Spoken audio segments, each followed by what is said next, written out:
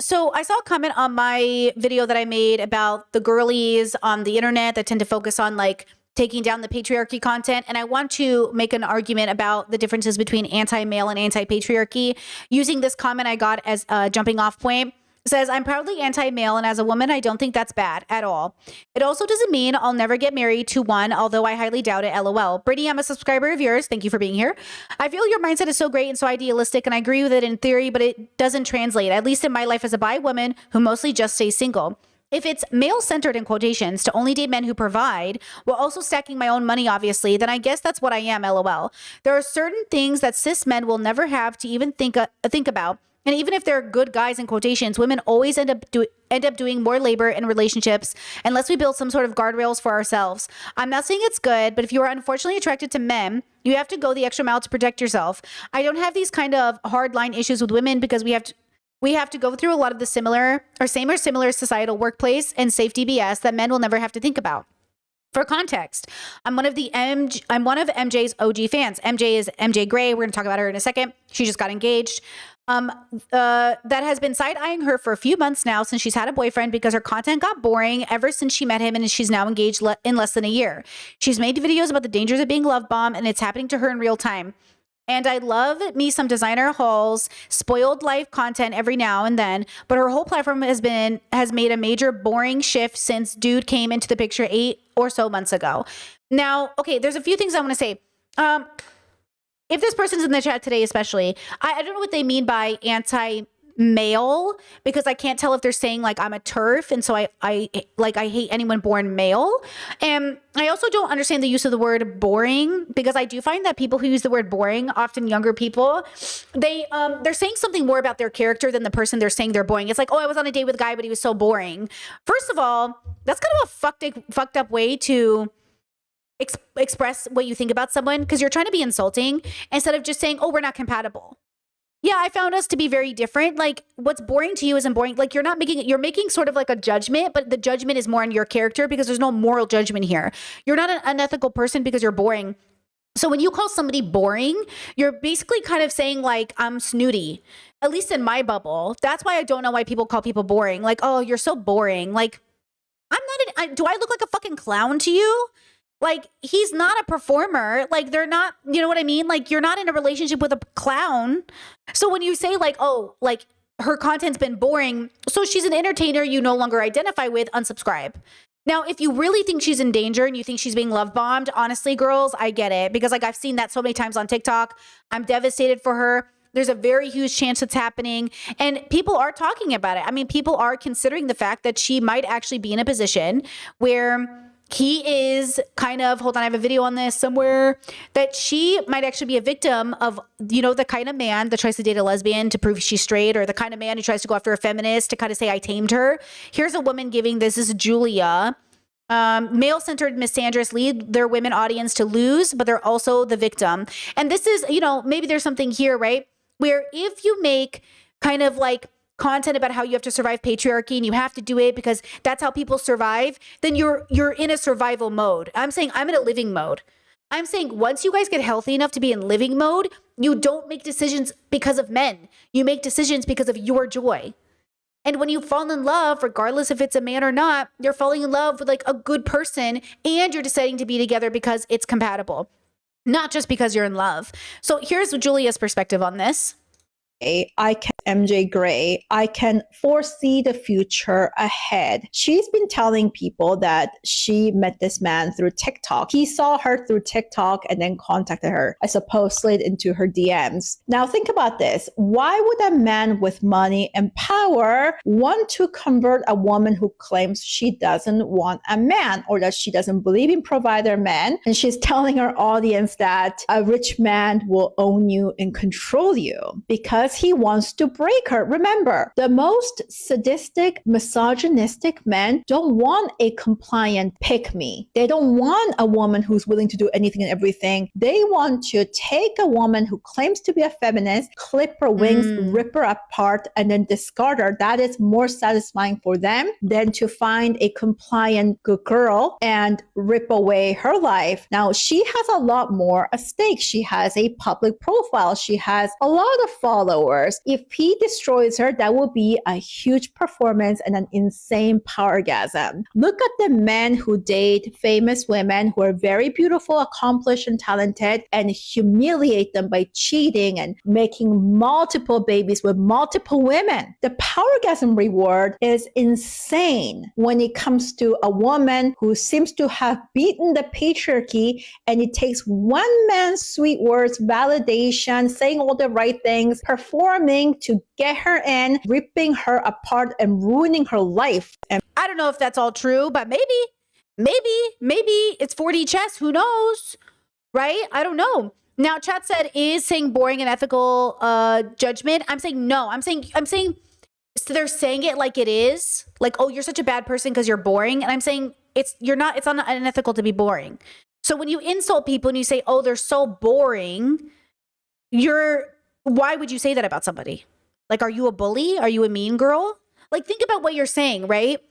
Now, you might say this entertainer got boring for me. That's okay. You can say that. But you can't say like, oh, it depends on how you're using the word, right? It's kind of like when people say, oh, I'm so bored. How are you bored? Life is like, what do you mean? Look at life. What do you mean you're bored? Now some people are different and they feel like boredom gives them an opportunity for inspiration. So, there's something to that. Now, this person was fighting my comments with other people. And I think it's important because there's some points to be made here, right? Somebody said, oh, you're one of the MJ weirdos I see. Okay, this person sucks. You could have just led with that. Okay, that's a crazy thing to say. This comment is nonsensical and filled with gender essentialism. Okay, that's true. But also, like, why do you got to be like, oh, you're one of those weirdos who like MJ? Way to watch a video and learn nothing. Like, do you think you're a fan of mine because you're berating a woman in the chat for saying something that means something to her? Why are you saying she's a weirdo for liking MJ? And then why are you like, you know what I'm saying? Why are you being mean to her? And then they go on to say, so she replies and goes, acknowledging the society treats men and women differently isn't essentialism, but okay, reduce a nuance point to a buzzword, very enlightened. And I was like, yeah, like, why are you being mean to her?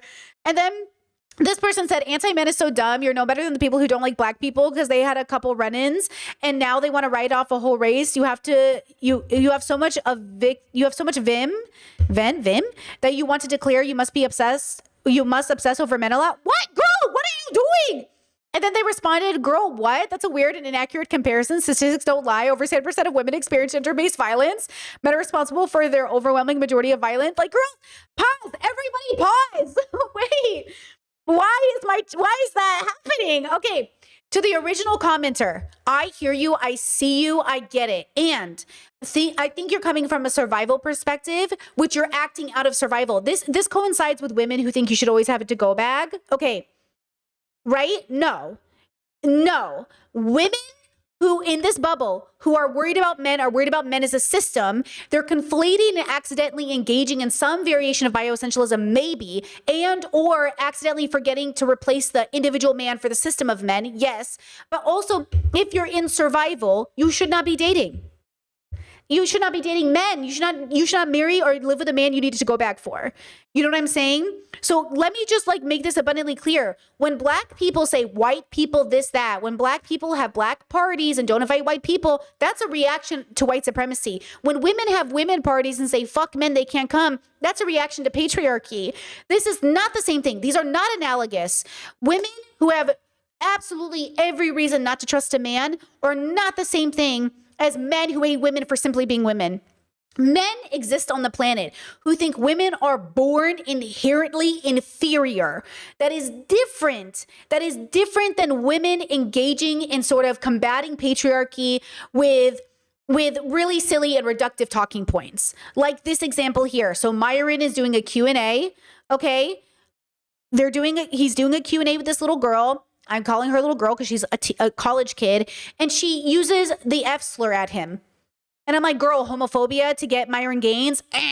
This is what I said. Like, you have to be careful about how you try to own the patriarchy. Oh, shit. Okay, here we go. I know. Aren't you so excited? I just have one question. Is your mom, still around? Yeah. And, she didn't blow her shit, immediately as soon as, you turn into whatever the fuck you're into? No.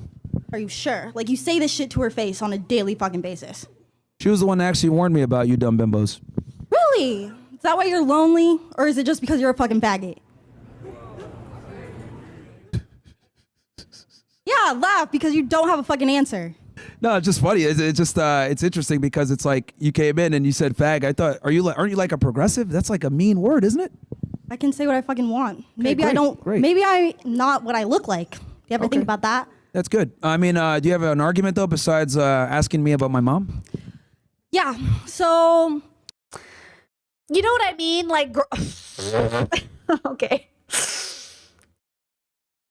I get it, okay? Like, listen. And a part of me is like, I get it. We've all, okay, listen.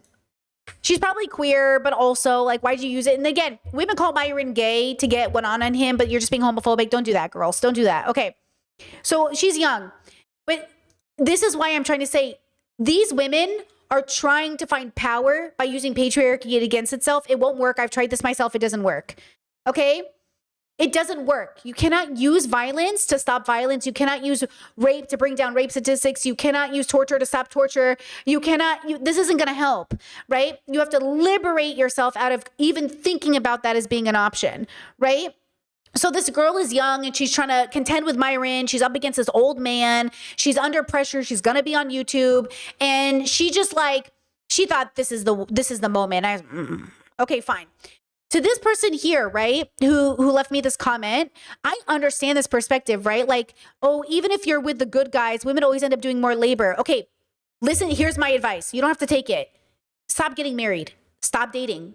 Fuck these people. Stay single. You're born single. Nothing wrong with staying single. No baby was brought into the universe to have to be paired with somebody. Fuck all that noise.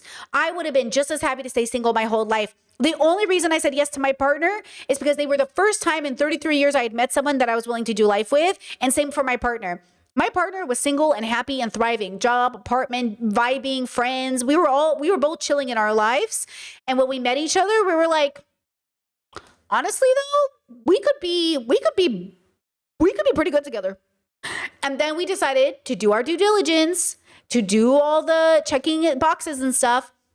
And then we made the decision to be together. It's great. I honestly, if you could have what we have, recommend.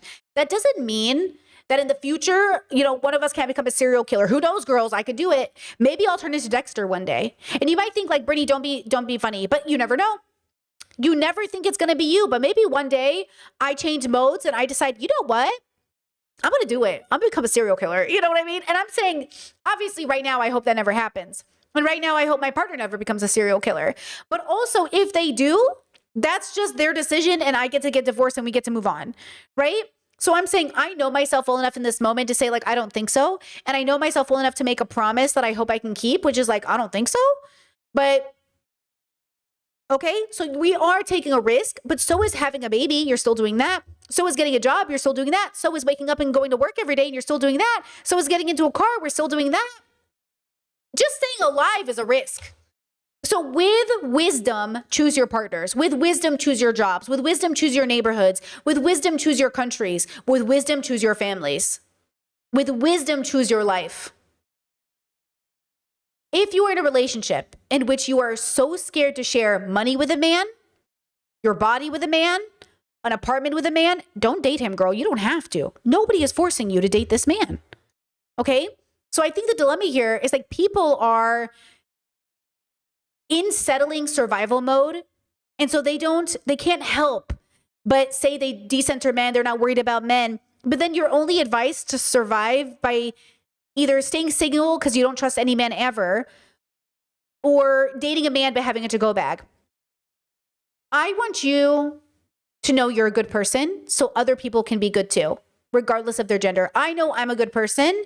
And if I know I'm a good person who doesn't lie and cheat, that means I can meet another person who doesn't do those things either at the stage that I'm in. Now, if you're at a stage in your life where you're cheating on people and you're like, I want someone who doesn't cheat though, you know what I mean?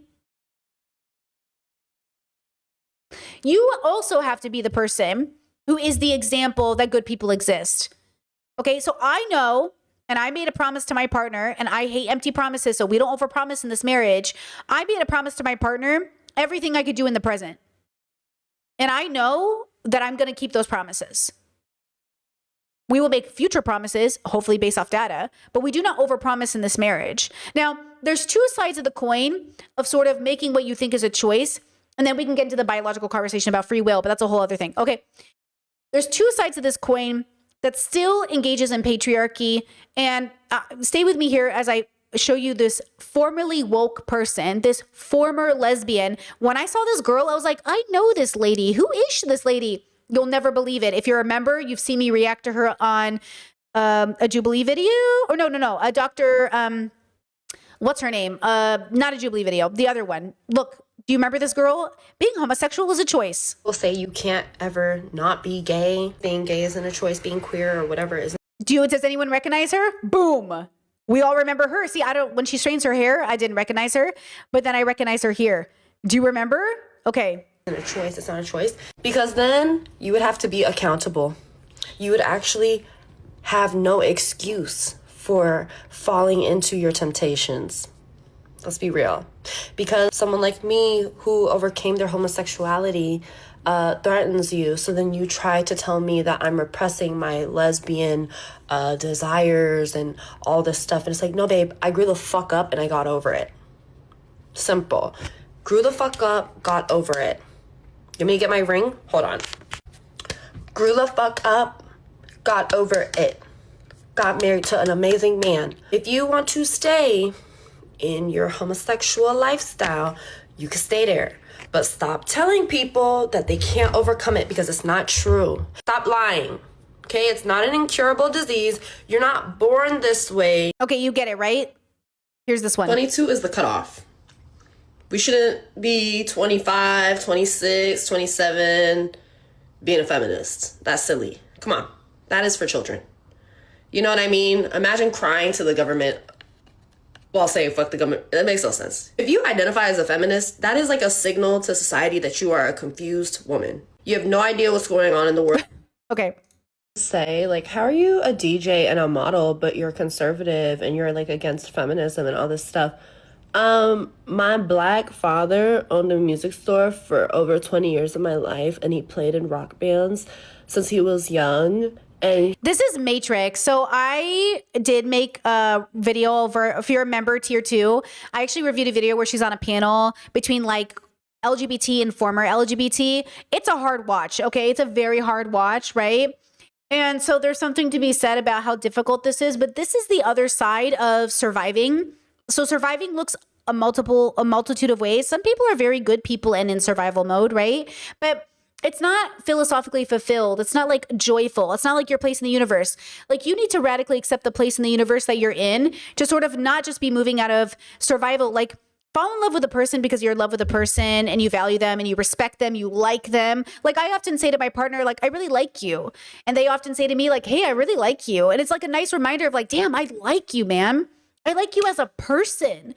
Like, I really like you. And, you know, as much as I am extroverted on the internet, I'm a pretty introverted person and I do enjoy humanity, but I don't really like people like that. You know, like I get along with everybody, but I don't I'm not like, you know, especially at this age in my life, like I'm not like, you know what I'm saying? So and generally too, like I really like this person. And then we love each other and then we respect each other enough. And then we still said, would you like to do life together? Right. And it's a constant negotiation. We're always staying in tune with each other. We're always catching up. So many marriages, guys, people aren't talking to each other. People aren't engaging in conversation. Trust me, I watch a lot of advice channels. I watch a lot of finance advice channels. I mean, there are people who are like, oh yeah, my wife and I have separate finances and I don't know how much she spends, but she just told me she has $48,000 on her credit card. Girl, we do not spend money we don't talk about. You know what I mean? And not in a controlling financial way, and just like the you deserve to know how I'm spending our retirement way. Like, I love you. I want you to be in on this with me. I want us to plan together. I love you. Would you like to do this with me? Look at this TikTok that I saw. Look at this. I cannot reiterate this enough. Because I've had people even comment on the post and be like, my husband would never. I don't think any of you understand. There was never, ever a moment in my mind, a second, that I genuinely thought that this was going to be a potential. Never a wandering eye, never any, like, issues access to both phones, access to his location, access to every account, access to everything. Like I do not think people understand. It does not matter how much you think you know someone. You don't. You don't. And like that makes me sound so jaded. Okay, I would say I really know my partner. I know them like I've never known a human being on the planet more than myself. Like I know them the way I feel about myself, right? I would also say that's a feeling rooted in data that gets reinforced every day because we're openly communicating about everything. And I accept that I can't read their mind and they might be lying to me and I could be wrong. But if I'm not lying and I'm not deceiving and I marry someone who's also not lying and deceiving, then you do get to know a person. So the dilemma is you might be married to a liar, but that doesn't mean you can never know somebody. This is why when people say like, oh, if the police knocked on your door and said your brother murdered someone, I'd be like, oh, I know which brother. It would be shocking if it was certain brothers, but the certain brothers are like, oh yeah, that makes sense. The difference is if my mother was asked, she'd be like, oh, I didn't see this coming. Liar! You just didn't want to see the signs. You knew he was coming. That's the difference. It's like we think, oh, I just didn't see it coming. There were no signs. Your kid asked for a stabbing birthday cake. Come on, girl. That's what I'm saying. That TikTok I showed you of the mom making a birthday cake that bleeds when her son stabs it, that's the sign. That's the sign. And people go, there were no signs. Okay? So I'm saying you might not be able to see or recognize the signs, but if you look back in hindsight, I bet they're there. Now, here's the dilemma and here's the empathy, because I agree with you. When I was younger and I was cheated on, I didn't see it coming. Because in the moment, I was like, no, we set up the relationship perfectly. The relationship had all of the criteria, all of the boundary. This is impossible. He had no reason to cheat. Everything was perfect. But after therapy and through growing and all the work that I've done, when I go back and look at the relationship, I could have really predicted day one it would have happened. I really could have. In my marriage now, we openly take bets on what the future might look like. I tell him, I was like, what's the probability that one of us cheat on each other? And he's like, we'll openly talk about the statistics. We're like, well, the probability would be like, this would be the situation. And then this would be the scenario. Because listen, we're philosophy girlies. So the idea is like, we believe we're animals on a planet. So when we have these conversations, we're very matter of fact, sciencey about it. Everybody else, they're acting like they're not animals on a planet. So they're engaging with some sort of, but I'm better than this. I'm smarter than this. So you're doing this thing that means our relationship with these conversations are going to be different. So if, and this is why when I view people and when I try to figure out what's going to happen, I try to say well, with all the data, here's the probability. So the probability of us cheating, nearly impossible, nearly, right? But it's not the same thing. So I can understand we live in a world where people are very, very, very, very bubbled to the point where it's very hard to even imagine you could work off data alone. So my partner and I, we do analytical and we do in our feelings in our body. So if we're having a discussion, we go, do you want to look at this analytically or in our body? So if let's say the cheating conversation came up and that was analytically, I just showed you. If it was in our feelings, we do this. Hold on, I'm going to get my acting on. I was a theater kid. Hold on. It'd be like, hey, yellow, safe word. Can you look at me? I got to ask you something. Seriously. Do you think you're ever going to cheat on me? Because I think that would really break me. I think it'd be really hard to look at our life and how happy we are and to realize you would do that. You would go behind my back and have an affair. And I think how would I even, look at you again? Do you think you're going to do that to me? You think you're going to do that to this marriage? That's a very okay, scene over. You're in a lower voice. You're making direct eye contact. You're adding emotion to the conversation. You're allowing your vulnerability to show. You're saying to them, hey, like, I need to communicate this thing to you. Okay. Or it could be analytical, like I did before, and say, hey, what are the chances we cheat on each other? Let's do the math. So you leave the house this many times a day. You're gone this long. I'm busy working this long. You have a 15-minute window to cheat on me. Is it worth it? Do you do it? That's like analytically. That's like, what are the statistical probabilities? Are you getting a condom? Are you running to the store? Are you showering after? You know, like then it's like a different mode. The mode is not I am not embodying. I am not. It's just like, you know what I'm saying? So when we have these conversations, we are very strategic as well. Like sometimes we'll be having a conversation in our feelings and I'm like, pause, let's move to analytical because this isn't working. And then we'll switch to analytical. And then sometimes we're like, hey, we're too analytical. Let's switch to feelings. Because we're trying to actually communicate. We're actually trying to solve a problem. So whatever tool is necessary to solve the problem, let's fucking go. Yeah, Chet's definitely in neurodivergent mode. Hey, ADHD and autistic getting married, what did we expect? What did we expect? Now, here's the thing.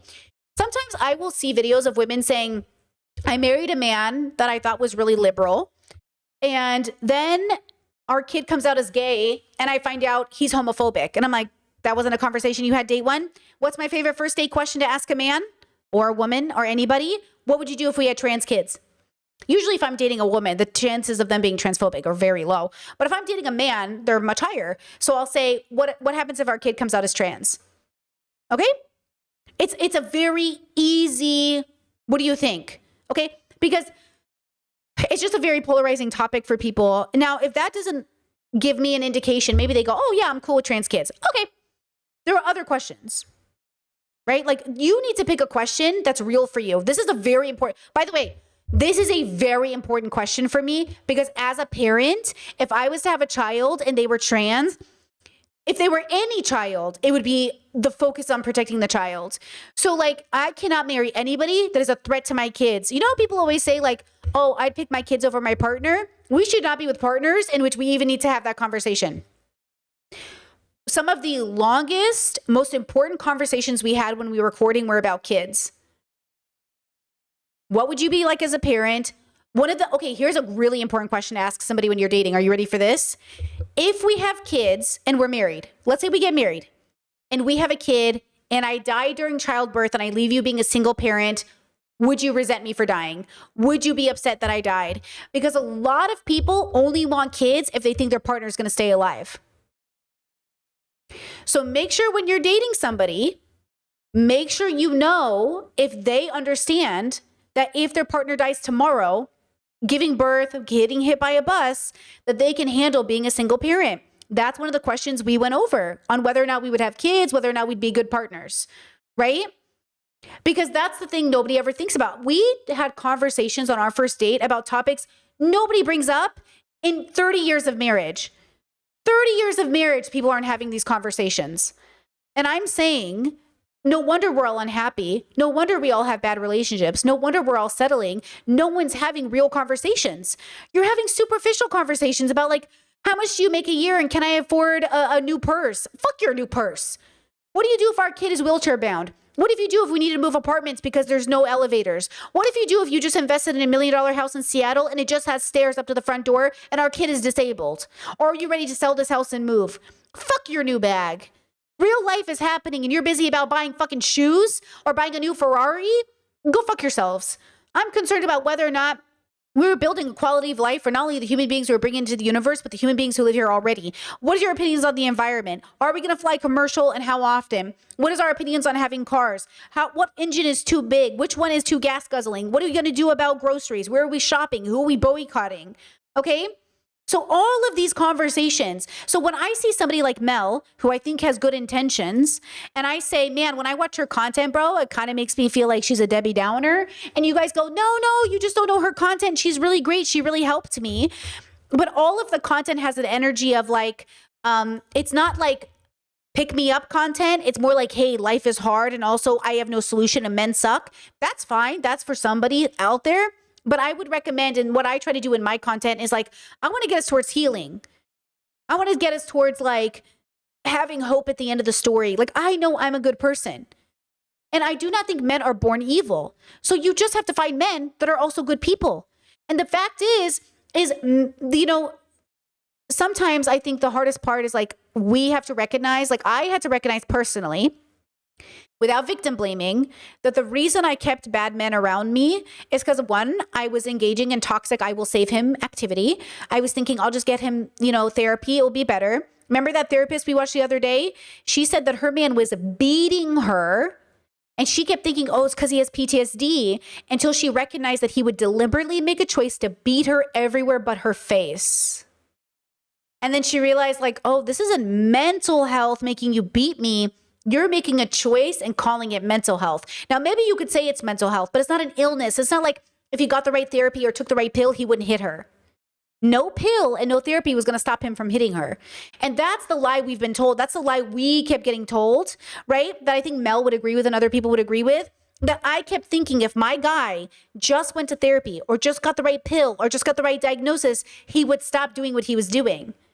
And it wasn't until the day I remember I was sitting next to my bestie. He was mass texting me a bunch of things about how much I was a bitch and how much I hated him and how much he worked for me and blah, blah, blah, blah. And I'm looking at this text message thread and I'm like, oh, this is who he is.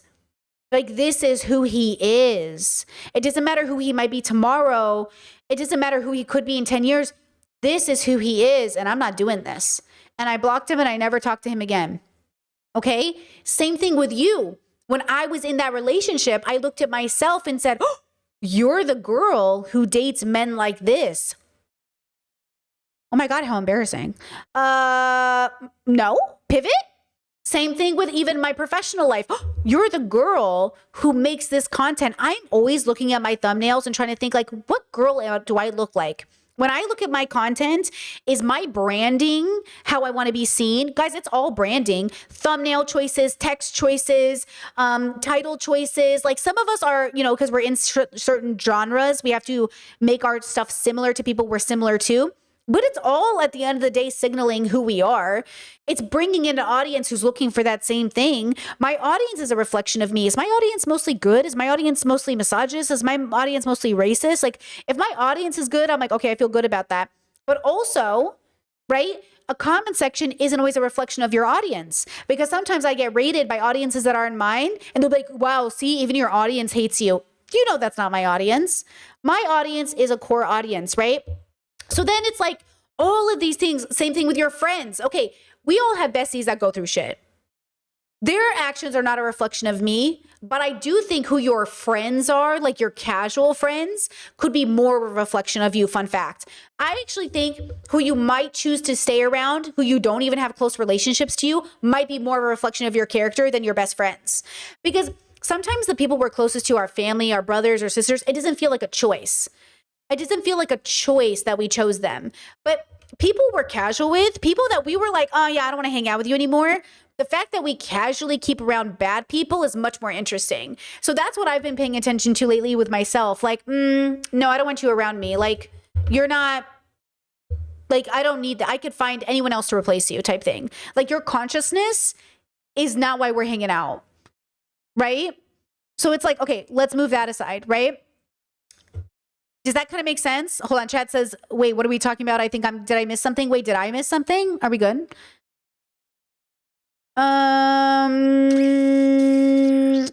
Okay. Let me know if I missed something, but I will tell you this. And I think this is important. It is important to recognize these women. They're coming from a real place of pain. The men who are misogynists are not. I need you to understand this. These women have literally been raped, beaten, threatened their life. Men have stolen from them. They've kicked them out of their houses. None of these men have had those things happen to them. Myron Gaines has never had that happen. So Myron Gaines is not coming here telling a story about how a woman wounded him. These women have had that happen to them. So when they make content, when I make content, we're saying, hey, men who believe these things, they're bad. And it is partially because they're men raised under patriarchy. In the same way that, hey, these women, I'm not saying it's their gender. I'm saying it's the way they express their gender as they believe themselves to be men. So if Myron says, as a man, I must do this, he is actually the one saying it's about gender. And I'm saying, okay, as long as these men say it's about gender, then I too say it's about gender as it relates to these men. Because these men are saying it's about gender. Okay, now for people who said, I misunderstood Mel's content and I'm wrong about her. And she identifies as a journalist. I don't know what that means. And she has been on WAPO, Washington Post, Cosmo, Guardian, Glamour, Daily Beast, Harper's Bazaar. So, she's somebody, right? Okay, let's go to her recent content. How about this one? Honestly, I do not give a shit about men's mental health at this point. Women die trying to help men with their mental health. It's used to excuse the most horrific crime. Oh no, was he depressed? Was he suicidal? Oh no, that poor man, even though he killed her. You cannot treat domestic violence with therapy. If you do not follow Miss Aisha, she's that's who I was referencing, Miss Aisha.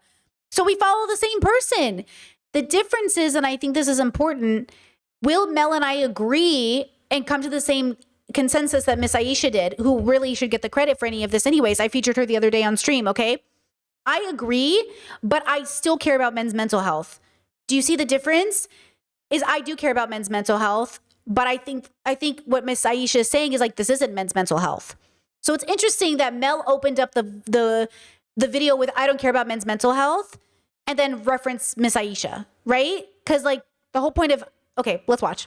Therapist, she's amazing. She has a lot of experience in domestic violence. She's been saying this for a long time because domestic violence and all forms of violence, gender-based violence, all this violence, when you're killing wives and kids and stuff like this, this is not about, oh, they're sad. This is about ownership. These men think they are the king of their castle. They think they are the head of household. They think that they own these people. Their legacy is tied to them. These are just extensions of themselves. Their egos are wrapped into it, but they do not see us or their children as human beings. They don't see us as our own right to live without. This is about ownership. It's about possession. I agree with all of that. The beginning of the video is confusing though, right? She said we should focus on human beings, not women or men. Okay, so I'm not saying that. I want to be clear. I think you can't combat patriarchy and not talk about gender. Because patriarchy is gender-based. You can't actually help the world by not dismantling systems of oppression. You can't say, I don't see color, black people don't exist, white people don't exist, and then talk about dismantling racism. Right? So I do want to be clear that we can't actually help humanity until we actually understand everyone's coming from different positions and everyone has to deconstruct their own way out of oppressive, you know what I mean? Like systems. You said I was directing it to her. Are you making fun of her? Like, guys, if you're being sarcastic, make sure you do tone indications because I can't tell. And also because people might read, you said she talks about men like there's a difference in genders. Well, there is a difference in genders. That's why we have different genders. Okay, see how language is interesting? Okay, hold on. Genders are expressed differently. They are different experiences. There are many genders. And what we're getting down to is it's like see, this is so hard because where are we all coming from? She might be playing into bioessentialism. That's what we're going to get down to. Is she saying men are inherently evil, meaning born evil? Or is she saying men because of patriarchy are evil? Now that's important. Okay. Now let's see if that's what she's saying, because maybe she's saying that, or maybe she's just saying, I'm sick of men, because who isn't? I'm sick of men too. Right. It is about patriarchy, male supremacy, male entitlement, and the selfishness and violence that comes with that. And the same thing with white supremacy culture and all the other hierarchy, and about depression. I don't fucking care. And so I want to say to any women listening right now, if you're with a partner and he's depressed and he won't deal with his stuff, you are in danger. Oh, hold on. Okay, we're going to have to pause on that one. Hold on, everybody wait. Let's see what she follows with, because we've all dealt with mental health. That's a very loaded statement. Everybody pause. Okay? You are in danger. So many of these men will not go down without taking you with them. They do not believe that you should exist without them. Okay. I'll give an example. Okay, we'll give an example. Hold on, Chad said, wait, is that ableist? Let me give her the benefit of the doubt. Let me translate. My dad went through a depression spout for 2 years. And while he was in that depression cycle, he stopped going to church. But you know what he didn't stop doing? Going to work and paying bills. My mom never financially had to bear the burden of his depression. Okay? My mom never had to go to work, never had to get a job. He was never rude to my mother. He never beat my mother. He never took it out on my mother. He was going through something personally. And I wish he had gone to therapy, but he didn't. And he got out of it through reading in church. But he did come back out of it. I think not in a totally liberated way. I have opinions. But during that time, he was very responsible with his expectations in his relationship. One of the rules in my own marriage is the same thing. If one of us are experiencing limiting disability or mental health impairments, we still have responsibilities to this marriage we must complete while taking those things into mind. Because if we do not do those things, even though we are, then we are neglecting. And so again, it's the marriage, but not at the expense of us, and it's us, not the expense of our marriage. So if you are allowing yourself to be so self-pitying and so negative and so bitter and so depressed and so mentally ill that you are willing to hurt everybody around you, then now you're sacrificing the well-being of others for the sake of yourself. So, okay. So I think that's what she means to say. I think, to be good faith, that is what she is trying to say. Is that maybe what, any Mel fans here? Because in another way, it could be ableist. In another way, it could be like deeply fucked up. But I think, again, because I know it's hard, you're autistic, you're neurodivergent, you're depressed, taking a shower, brushing your teeth, like basic hygiene stuff is hard enough. Doing chores around the house is hard enough. And at the end of the day, if you're responsible for people, we still have to get something done. Like, same with me. I make the money in this relationship. That's my calling. Everything we do is focused on my career because I'm the career girly. And that's how I want it to be. I've always wanted a partner that supported my career. But that means that sometimes I feel like a main character in my relationship where I have to check in with my own partner and say like, hey, are you getting enough attention? Hey, don't just make it about Brittany's job, because sometimes my job is over consuming, right? Like, has Brittany eaten enough for stream? Has Brittany got her clothes washed? Did Brittany get the dishes washed? That's all my partner's job. But also, I need to make sure that he's doing well. I need to check in with him and say like, hey, are you getting the care you need? Are you doing okay? Me making the money isn't enough. I still have to do care and love as well. So, there's a balance in here where we take into consideration our partner's humanity. The dilemma with these men is that they're weaponizing their problems in order to justify hurting their partners. You are never allowed to hurt people because you're wounded. You will hurt people even if you aren't mentally ill. Everybody will hurt someone. Guys, I will hurt you. You will hurt me. All of us will hurt each other. It's just how human beings are forever. We will hurt each other. The question is, what do we do when we hurt each other, and how do we make amends? And how do we really change and learn to not hurt each other in the same way in the future, right? So if you have a long friendship, like I always joke, my bestie of 30 years, I'm like, man, we've really gone through it.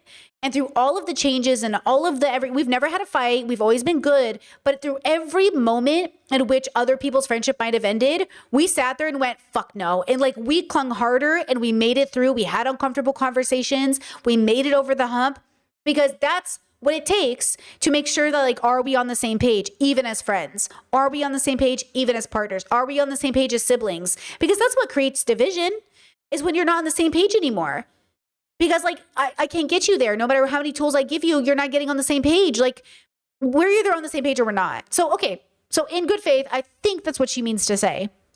If they're going to suffer, you're going to. But you see how it's negative? You see how it's scary? You see how it's getting me a little paranoid? Like, her speech does not make me feel empowered. It makes me feel afraid. And I'm like, ugh, I don't want to feel afraid, because I philosophically think fear is the root of all evil. When you're afraid, you do things you don't mean to. You hurt people when you're afraid. So don't be afraid. Be smart. Don't be afraid. Be prepared. Don't be afraid. Be right. You know what I'm saying? So I don't know if it's just her tone or the way she speaks, but for me, I'm not feeling like, yes, queen. I'm feeling like, okay, girl, we get it. Suffer too. Or they're going to take your kids out so that you suffer for the rest of your life. That's like your payment. That's your never-ending hell. We do not have a male loneliness crisis, a male depression and suicide crisis. Those things do happen. They are lonely, they are depressed, and they are suicidal.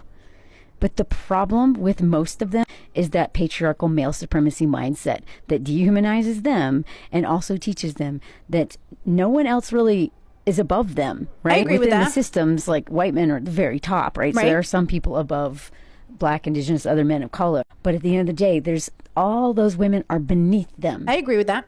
So they may, whatever man it is, it doesn't matter where he is in the hierarchy, there's at least two groups of people that are beneath him, guaranteed. Women and children. Ooh, children. Those are his possessions. They do not have a right to exist.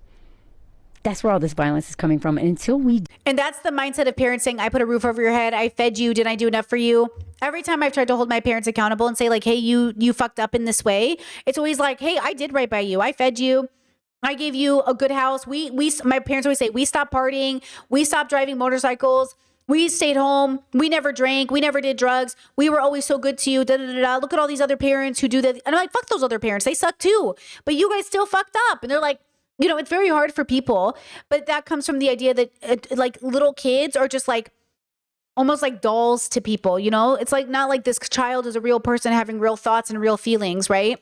deal with that, this is not going to end. I don't care how many like mental health stuff you provide men. This mindset of ownership is the problem. This mindset of supremacy is the problem. Sure. We just get taken down with it, and we're the ones who are dying more because of it. It's not because these men need therapy. They need that too. They probably have their own traumas that they haven't dealt with. The audacity to think that just because you want to die, anyone that you love in your home has to die with you is bonkers. That they don't even have the right to take another breath. Sure. That mindset is so fucked up. And if they will not deal with that mindset, we will get nowhere. Yeah, I agree with that. Each man could have a free therapist show up at their front. This is why I say the answer is philosophy, because the truth is like the system too, and your parenting, and that's really important too. Like, these men are victims of patriarchy, and they're the problem. And it's also not individually men's problem alone. It is like systems as well. But that's why I say be careful about which men we promote to prominence, because we also have a habit, like all of us have a habit of,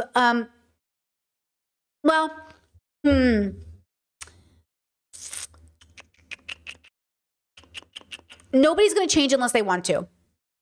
And that's it. Okay? And that's what we all have to accept. But this is why I say, guys, like, I'm not waiting for humanity to change. I'm not waiting. You guys figure it out, but I'm not waiting. I'll help. If you want me to protest, I'll protest. If you want me to make signs, I'll make signs. If you want me to vote, I'll vote. But I'm not waiting for you to figure it out. Because if I waited, then my one opportunity on earth is going to be what? Waiting for you to figure out that, like, you shouldn't judge people on their skin color? Girl, I have no time for this. And I don't think a lot of people do either. So that's why you have to live two lives. You live your real life at home, the one that's grounded in like the most about your joy. And then you live your community life, which is like going to work. Like I am right now. I'm at work. When I turn off this computer, I go to my actual, like my fully fulfilled life. That encompasses work. Yes, this is a part of my fulfilled life, but this isn't my life, which we're going to talk about at the end of here from Lisa. Like, this is a part of my life, but the most important part of my life is the relationships I have with people, including, yes, the relationships I have with you, but you know what I'm saying?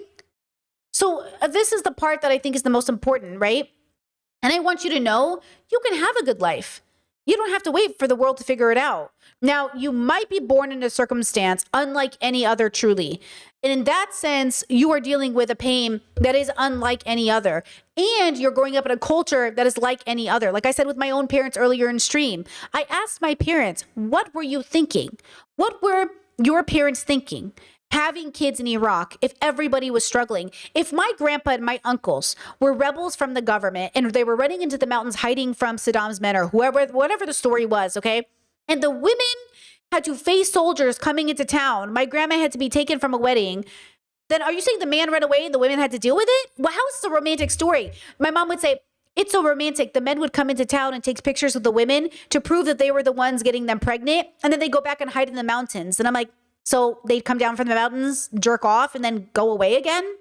How is this romantic? And she's like, we had babies, for Christ. Your grandma and grandpa like brought babies into the universe to like, you look at all these babies we had. Girl, how is this romantic?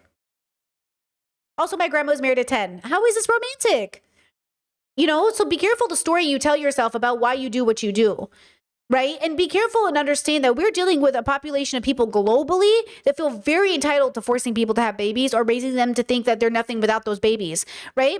So just okay, all of that keep in mind. Keep all of that in mind. We will never do that for women. Women, do you know how lonely it is to be in a marriage or a relationship with a man? You know, maybe you're not married, but maybe you're living with him and he has you so isolated from your friends because he's putting all this unpaid, unnecessary, time-consuming, exhausting and like emotionally draining labor on you all the time that you lose yourself. You don't have time. Sure. Okay. So this is another thing too. I do not talk about toxic relationship alone. And this is why I think it's important to feature healthy ones. I'm in a healthy marriage. And if I can have a healthy marriage, so can you. And I think it's bullshit to tell women they can't have healthy marriages. But I think what's really important, and this is the difference, is I do think most people are in settling marriages. I do. I think most people settle in marriages and settle in relationships because that's how we're taught to. And I'm saying don't settle, you don't compromise your values. You compromise who does the dishes.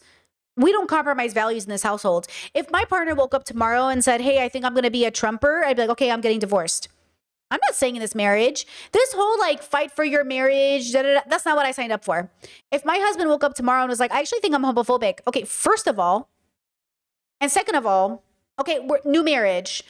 The difference here is like, this isn't a business transaction. I'm in love with this person. I love this person unconditionally. It will break my heart to divorce them, but I will not hesitate. And I will love them forever, but I will not hesitate. Versus my exes who I settled for, I don't love them anymore, girl. They're just men I used to date, girls I used to date. No offense. I don't love them anymore. The love faded. My unconditional love for my brothers, my parents, those don't go away. Even if we don't talk, they don't go away. So I just want to say to you, you can have a healthy relationship, okay? Like, that's why I always give bad examples and then I tell you the good examples. That's why I always tell you, like, you can have it. Now, what's the difference for me and MJ? Because maybe I'm sitting here talking about, oh, healthy marriage, I'm in love. And then you're probably seeing MJ and thinking, well, how do we know that MJ is in love? Maybe she's coping too. Maybe she's not in love. Maybe Brittany's as delusional, right? Maybe Brittany's just as delusional, right? Maybe Brittany's going to have but even if I did get divorced, what would that matter? Even if MJ got divorced, what would that matter? The only difference might be is I don't know if MJ is marrying her high compatibility partner or if she's settling. I don't know, right? But if she's marrying one of the loves of her life, and there are millions, but if she's marrying like a very high compatibility partner, even if they got divorced, I don't see why that matters. The only difference will be the level of joy and happiness they had until that divorce. The statistical probability of divorcing your high compatibility partner, very low, right? Very low. Like something would have to drastically change in that person, right? Because listen to me. When people say like you really never truly know somebody, but then they recommend you have girlfriends, why in the world would it be different? Unless you were a bioessentialist, what would be the difference between having a bestie you trust and a man you marry? Some people think there's a difference. Some people think, oh, my girls are people I can trust the most. Not in my lived experience. In my lived experience, everybody's different. It doesn't matter if they're your bestie, your sibling, your lover, whatever. Every individual has its own level of like trust, ethics, morals. It's not about the title. It is about the person. So again, I'm not going to go my whole life without having friends or connecting with people or loving people. You know what I'm saying? I'm just going to trust that the person that's presenting themselves to me is being honest and I like this person and I want to be with them and I want to hang out with them and I want to be friends with them. Right? But you have to understand, because chat says, so why get married? Why do you need marriage? Well, I don't think you're asking me, Brittany, why do you need marriage? I assume you mean like these ladies. Well, the issue is like a lot of people around the world are still making political marriages, right? A lot of people around the world are still getting married culturally. A lot of people around the world are still engaging in marriage as like a business contract. I think you should never engage in marriage as a business contract. I think marriage, between the people you're marrying should first and foremost be secondary to the fact that you want to be together. Marriage is a legal contract. But for me, marriage is a level of commitment that you can have in other relationships. But I would say that, you have to decide, why are you getting married? And then make it make sense. Okay, so here, let's watch Lisa's video actually on MJ, because I actually want to get to it. Hot take, decentering men content only feels repetitive if you've stayed too long. In the interest of us walking away with more than just misogyny as a result of all the hate that MJ Gray is getting right now, let's at least have a productive conversation. Okay, hold on. I just realized context. MJ got married. MJ got married. She's engaged. Everyone's mad about it. This is her. Okay. Yes, I am engaged. Yes, I am. Okay, and everyone was like, oh my God, you got married or engaged after 9 months. You swore you'd never get married. What are you doing? Okay, that's MJ.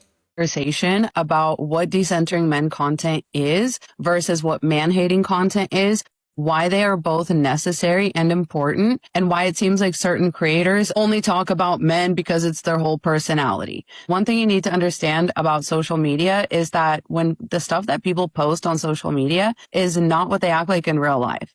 That would be like you thinking that somebody who makes knitting content, for example, or coffee making content, that would be like you thinking that they go around in real life, walking up to random strangers and doing this. So today we're going to make a cup of coffee. Here are the ingredients you're going to need. Like, you're acting like people like me genuinely come up to people in real life and talk like this. I don't do that because that would not be productive. What's productive is me having a page that people's algorithm can guide them to because it's the type of content that they need. What we're actually doing is educating in a niche that's very important for women to have as a safe space. So first things first, let's get that out of the way. The people that are making decentering men content are not obsessed with men. Decentering men content is just their niche, is something that they would like to educate other women. Unless, and this is important, unless the women making the content don't realize they're centering men in the content.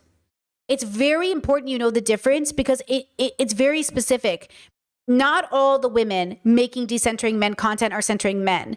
Just like if a person wanted to talk about combating racism, it wouldn't be like, oh my God, you're centering whiteness or centering racists. It's like centering means sort of like appealing to or for the sake of or for the benefit of, right? So if you make, anti-racist content and it doesn't come with uplifting racist voices, then it's not centered on the racist. Like some people do that. Some people make content and claim they're anti-racist while uplifting racist voices, while promoting racist people, while engaging in like, so that would be more or less some level of not truly decentering. Decentering men is not decentering individuals who are male or men.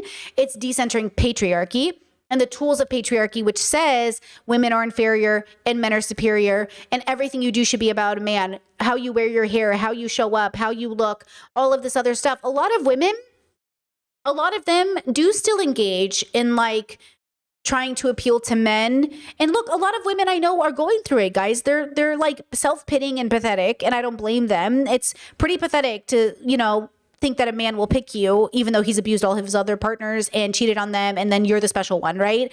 It is kind of pathetic, but also it's like, that's mental health to me, and that's also values. Like, and we've all been there where we made excuses for a man's behavior. Our brother, our father, whatever, he's old, it's the culture, it's his religion, blah, blah, blah. It's pathetic, but if pathetic is too harsh of a word, it's sad. If sad is too harsh of a word, it's icky. If it's icky is too hard of a word, use the word that's going to get your brain to get it. Use the language that's going to make you go, oh, yeah, okay. So you have to be careful about how you make and how you present and how you engage with, right? Just as if people making decentering men content, then what would be considered male-centered content? Certain kinds of OnlyFans girls, which are very specific, not all of them, just some of them. Streamer girls, booby content girls, that's male-centered. Women who make, like Pearl Davis, women who make like men suck content, women who make content for dating if you're a man content, women who make videos like how to catch his eye, how to marry a rich man, things that coincide with patriarchy as well, like or capitalism as well, like how to date a man who has generational wealth, like that's, you know what I mean? That's all engaging in some level of patriarchy, right? women on, because it's an important skill to have, which leads me to my next point, is that the patriarchy disproportionately centers men. That's the whole point. That's why we make the content that shows why men shouldn't be centered. The third thing I would like to say is, well, okay, Chess is the sprinkle girls. Well, okay, so the issue with the sprinkle girl specifically is that she makes content that's aware of misogyny and patriarchy, but tells women that because capitalism is the way it is, and because misogyny is the way it is, and because patriarchy is the way it is, the only thing women can do is his money is our money and my money is my money. And I'm saying if patriarchy is that dangerous and men are that evil, then marrying a man in the first place for his money is engaging in patriarchy. And I'm saying no. I'm saying I would rather be a cat lady lesbian living in the woods than marrying a man for his money. Shira 7, that's Shira's work. And I do think Shira really loved him in the end. He died, but I do think she loved him in the end. But I think the issue is Shira is more than well aware of racism and well aware of patriarchy and well aware of all these things. I think the issue, though, is that I would never in good conscience tell my daughter to marry a man she didn't trust fully. I'd be like, girlie, if you don't trust him, don't marry him. Because I know domestic violence is up. Because I know men will murder you. How could I tell a woman to marry a man for his money, not thinking he's going to kill her? That's the part of it I don't understand. And that's the part of it that feels like, are you grifting right now? How could you tell women to marry a man that they shouldn't even trust with their money, as if that might not turn into a murder?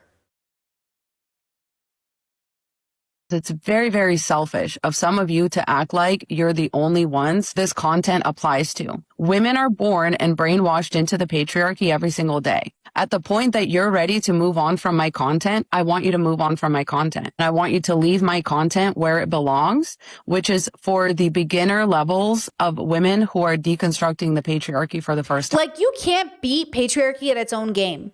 You can't beat capitalism at its own game. Women marrying men for their money is like embarrassed millionaires. You know what I'm saying? Thinking you're going to play the lotto and know what to do with that money after you win. You cannot beat patriarchy at its own game. You can't beat white supremacy at its own game. Okay? You can't. And that's why I'm saying you cannot just marry men for their money, because that's never going to come at the advantage of you. His money will never not come with strings attached. And you paying, like you allowing those strings to be attached for the sake of his money, girly, go get a job. No.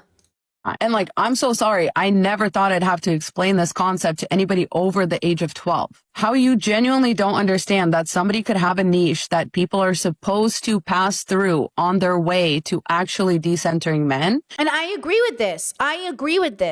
The reason I don't make content like this is because I do think you have to preface everything you say with that message. Because if you don't, people will think you're the end goal. That's why I don't make content like that. Because I'm worried people are going to think that's the end goal. And yes, they play a role. Yes, I used to make content, I get it. But that's why my content grows with me. So I always tell people I will answer 100 times what is free will and whether or not we have it. But I will also tell you we're getting somewhere, though. I want to bring you with us. I imagine it like that movie Dinosaurs, where like, how they leave the old people and the kids behind or whatever. I imagine I'm rushing ahead and then I'm turning around and I'm pushing people forward. Okay. I'm like, the most vulnerable people get left behind. I'm running ahead. I'm seeing what's there. And then I'm going around and I'm pushing you guys forward. I'm not going to leave you behind, but I'm also not going to slow down for you either. But I'm not going to leave you behind. I will always leave the lights on. I will keep the path clear. You will know where I went. You can follow me. Okay. Because how would they do that? I want y'all to genuinely tell me. How are women supposed to feel validated from the effects of the patriarchy? How are women supposed to feel like they're not crazy? How are women even supposed to know that the patriarchy is harming them if nobody's out here making decentering men content? Just because some of y'all got it and you wanted us to stop. That is so fucking selfish. And again, the fact that I'm having to explain this is very concerning to me. And the only thing it shows me is that most of y'all don't understand the concept of decentering men as a concept. I don't make man-hating content, but I support man-hating content. I do. I think that is a valid thing that women experience on their way out of the patriarchy. I want you to think about the fact that I went through a man-hating phase for sure. You have to, because You know, you give them every chance. You give them 1,000 chances. Like, men hate you without ever knowing you. Women hate you after getting to know you. That's the difference. In my lived experience, my brothers who are virgins and never had a girlfriend somehow hate women. But I have had all these boyfriends and I decide to hate all of them after.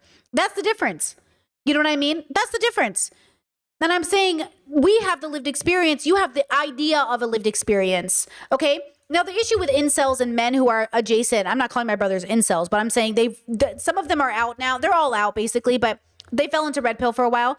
And one of the dilemmas and one of the things they have to learn is that, like, just because you haven't found your partner doesn't mean you're defined by that. That's their burden of patriarchy as much as anyone else. My brothers suffer from this idea of, like, why don't I have a wife yet? The same way women suffer with why don't I have a husband yet? Who cares? Be single, live your life, right? So that's the dilemma, is like, little boys were taught by their mothers, were taught by their fathers to feel entitled to this future. In the same way, and this is why I don't understand why you're not going to understand that white Americans aren't going to get it. White disenfranchised Americans think they're embarrassed millionaires because they were promised a white picket fence and a house and a dog and 4 kids, and they never got it. And I'm saying, why did you think you were ever going to get it? Because that is how oppressive systems keep you engaging in that system and uplifting it. They keep making empty promises, like an abusive boyfriend. Okay? We're all in a toxic relationship with the system and with the men we're dating, because we keep getting told, if you just hold on a little longer, if you just date me a little longer, you'll get it. You'll get the thing you're holding. That's why I say, date people for the most present. Accept humanity for the most present. Stop thinking the world is a great place if the reflection of the world as a whole is that it pretty much sucks. And it cannot be everybody else and not you. It's every one of us. Every single one of us are complicit. So that's why I say, on the way out of patriarchy, yeah, you'll probably go through a man-hating phase. But I really think these women don't actually hate men because they really want to be with them. They really want to love them. They're just so sick of the pain they feel when they're with them. Okay? And I think a lot of minorities feel this. This is a minority experience. I really think, like, it's like, you know, I watch a lot of black content, and black content creators will talk about white people. Listen, this is, okay, example. When women make man-hating content and the women are like, man, men fucking suck. Men are like, what did you say? Okay, when I'm watching black content and they're like, these white women, this is me. What? I don't hear it. It might, you know, I don't even, are you talking about him? The dilemma is, like, if they're talking and the way they're describing the white woman does not apply to me, I do not look up. And that's the difference. If you are a man listening to women and she's like, oh, he's a cheater and he's a liar, why are you looking up? Are they talking about you? Did they mention you? Did it engage with you? Why are you looking up? I don't look up. And that's the difference. Is like, stop looking up if they're not talking about you. But your inability to recognize when they say men, okay, that's different. If Myron Gaines gets out here, though, and Myron Gaines says, all women are inferior, all women will never be as smart as men, all women need men, all women, that's a different narrative than women saying men as a whole because of patriarchy. Myron is saying patriarchy is good. And because men are smarter than women. And they're saying patriarchy is bad, it even hurts men. These are not the same messages. They are not. So I'm going to stop saying, because I didn't know you guys weren't getting it. I'm going to stop saying these are red pill for girls. I did not know you guys were not getting it. Of course they're not red pill for girls. The red pill is based on the belief that men are inherently better than women biologically. Only TERFs fall into that category. The true diehard TERF misandrists that are anti-trans, they are the real, like, that's the bad. That's why stop identifying as misandrists. You know what I'm saying? Like, leave that to the TERFs because you're playing with bioessentialism. That's scary. So let's all choose our words a little wisely if we can. Okay? But usually think about what people are saying. Be intellectual enough to say, what's their bubble? Where are they coming from? What's the perspective? It's like when Elle makes vegan content and people jump on her channel and don't get it. She's a vegan. If I'm listening to a Muslim, okay, and I'm writing and Muslims go, we don't eat pork, it's haram. I'm not going to be like, oh my God, you don't eat pork? That's so stupid. What do you mean? They're Muslim. Of course they don't eat pork. You're stupid for not knowing their culture. You're the one who's uncultured. You're stupid. You should know Muslims don't eat pork. You should know this. And if you don't know this, then you don't have a, shut your mouth. And that's what I'm saying.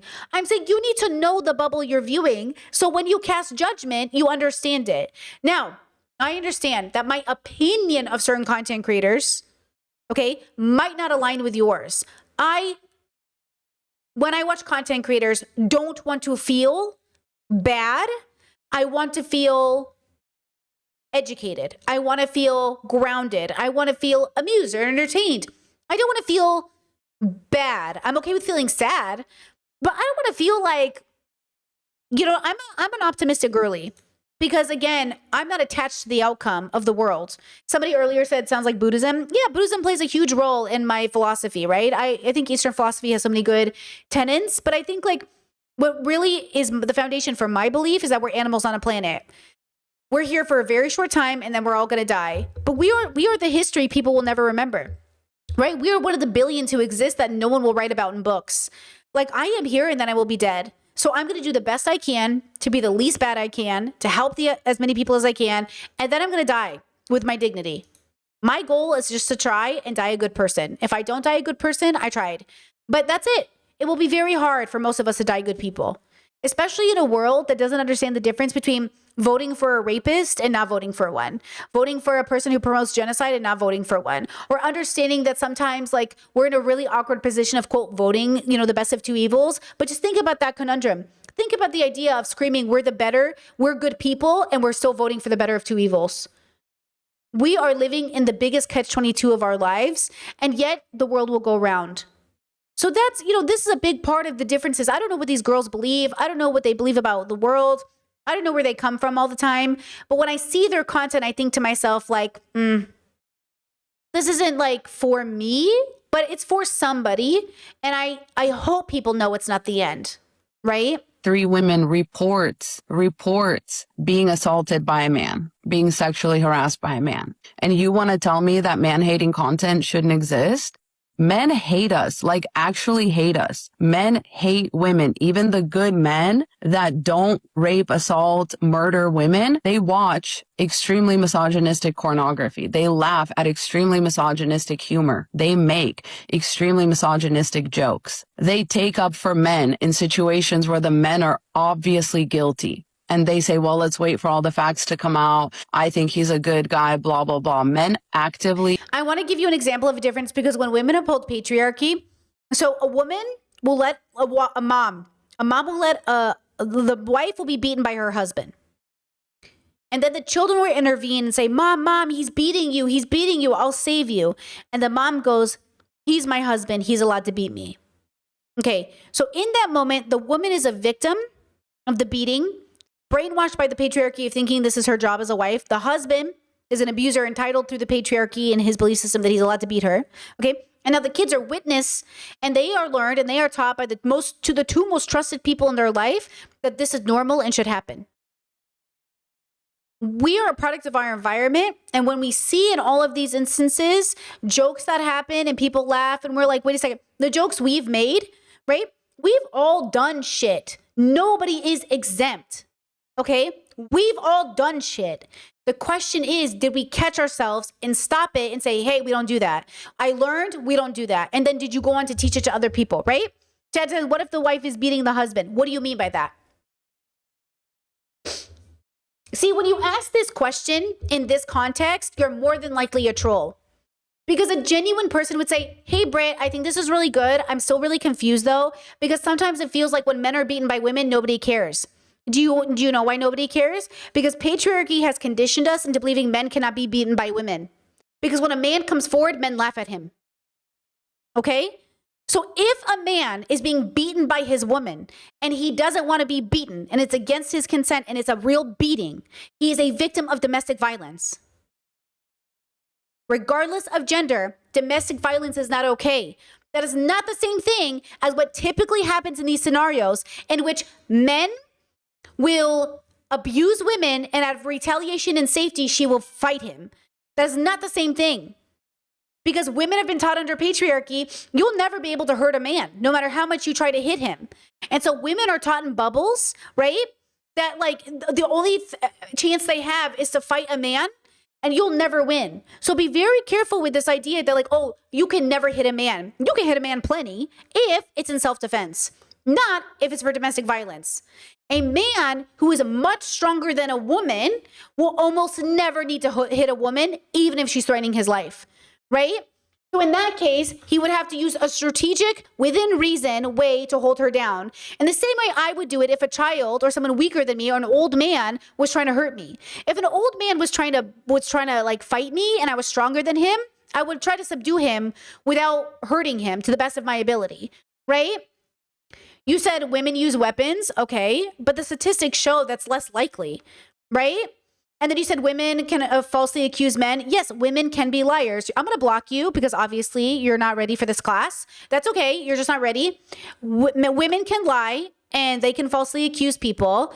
And it is such a low percentage that it's definitely a problem, but it's not the problem. The problem is lying. We've normalized lying in a society where men will lie to you about having STIs and then spread it to you. So don't you think women will also lie about other things?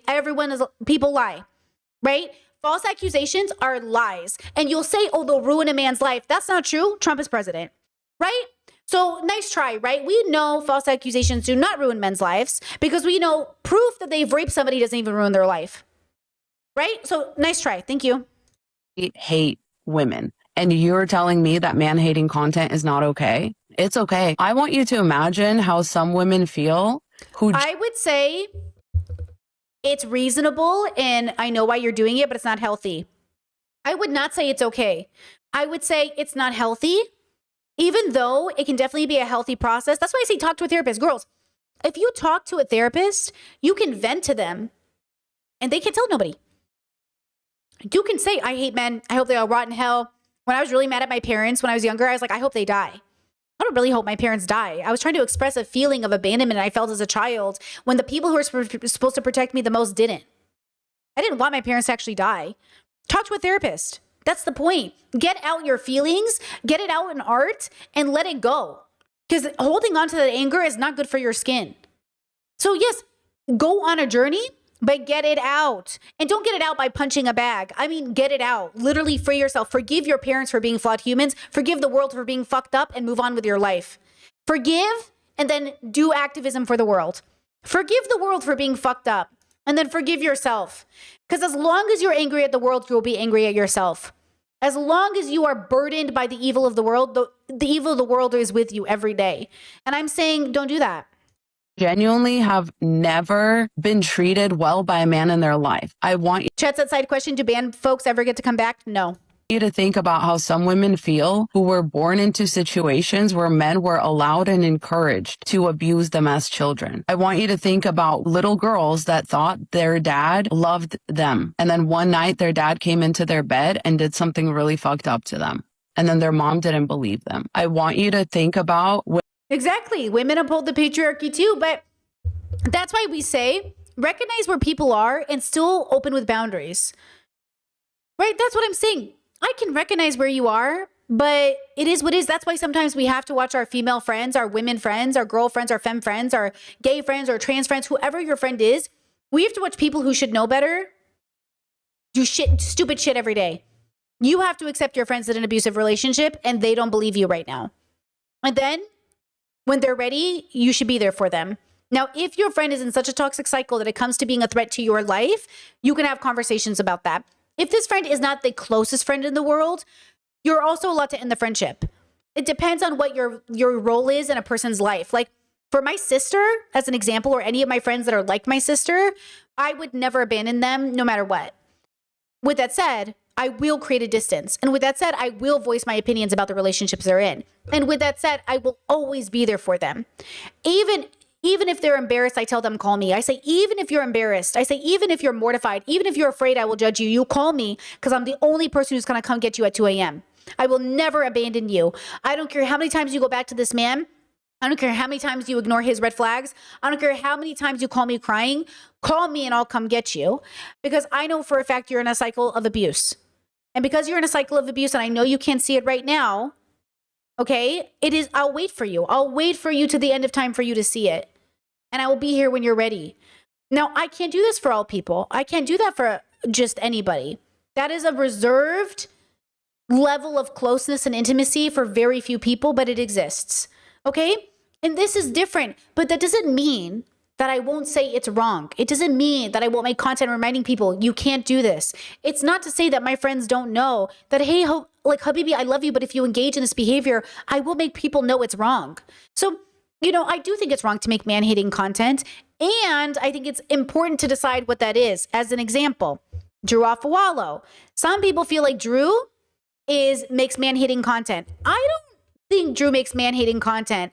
I think Drew punches at a community that is like the lowest of the low. I think the kind of men Drew goes after are bad men. So I don't think Drew makes man-hating content. Drew makes, I'm going to make a bag off of men's stupidity content because they're absolutely the men who will rape you, murder you, kill you, throw you under the bus. And at that point, whatever.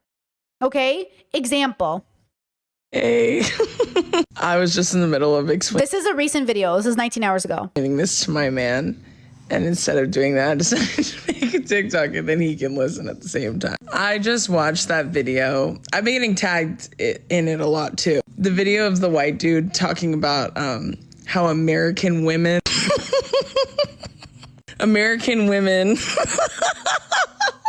don't know how to discuss esoteric topics. Did you catch that? Esoteric topics. Keep that top of mind. Okay, ready? Wait, this is the video. It is in like the nicest way possible because it is just my experience dating as a male, an American male, talking to other women. And when you try to bring up a high frequency topic with an American girl, Boo, high frequency topic. I'm gonna have to go kill myself out of principle. compared to a girl from pretty much anywhere else in the world, it is just always much, this is not received. They just kind of disconnect. Try to talk about esoteric topics, like ancient topics, masculine, feminine topics, really anything. And American girls is like, what are you talking about? And just disconnects from the conversation. From my experience with girls from other countries, it's just like they don't. It actually goes deeper. The conversation actually continues on. It's like they actually want to tap into, in my opinion, what are more like feminine style conversations of like exploring consciousness.